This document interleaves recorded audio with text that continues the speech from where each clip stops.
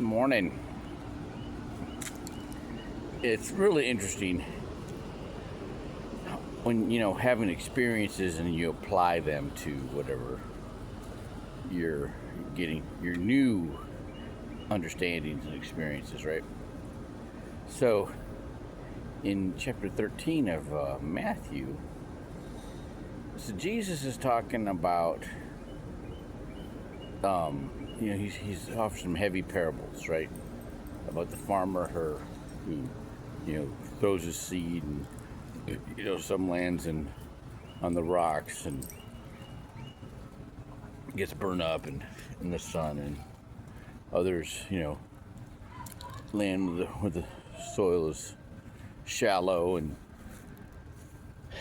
they grow, but they don't last very long, and then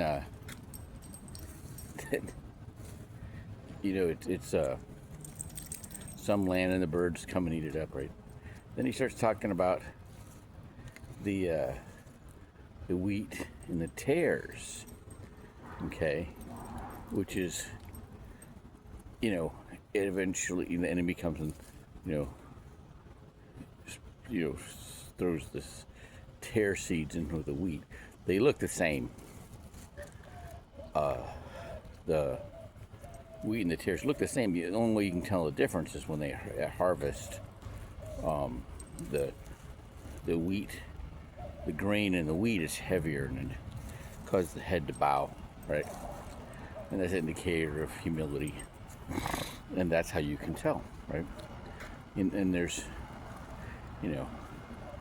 people that have pride, and they're not coming to service to really learn the word, not to really follow Jesus, right? They have an arrogance about them. They're not willing to learn.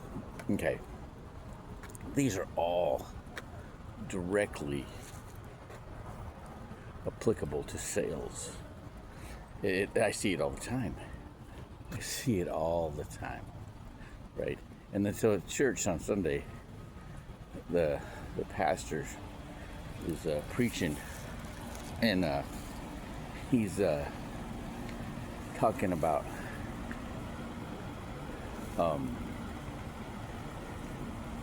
Job, right? And how Job had this disdain for the Assyrians, right?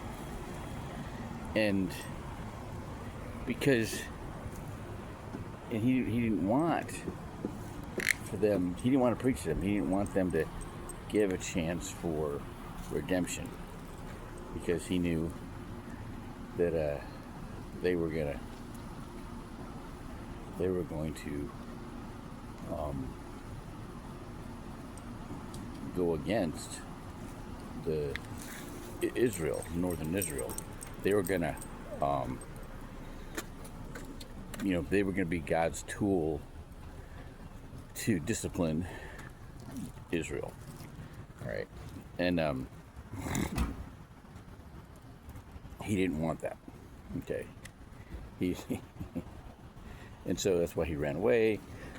And then even after he humbled himself in the belly of the whale and did what he was told, he was still upset, because he knew what was going to be the outcome. They were going to be the hand of God that punishes and didn't causes the Israelites to be disciplined.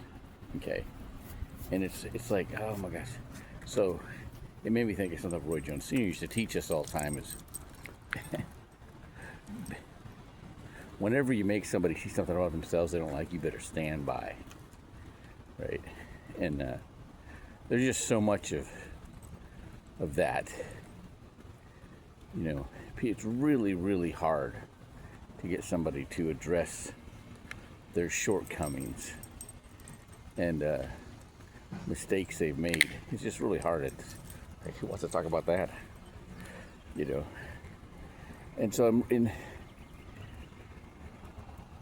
Matthew 13, and it's all about finding the right fields, right?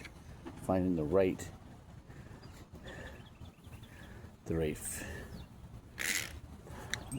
fertile ground and the right seed, right? And when you have the right people who are ready to hear what you got to say, man, they just takes off, right? And it's like, I've always known that in sales, right? Isn't that funny? All right, have a good day.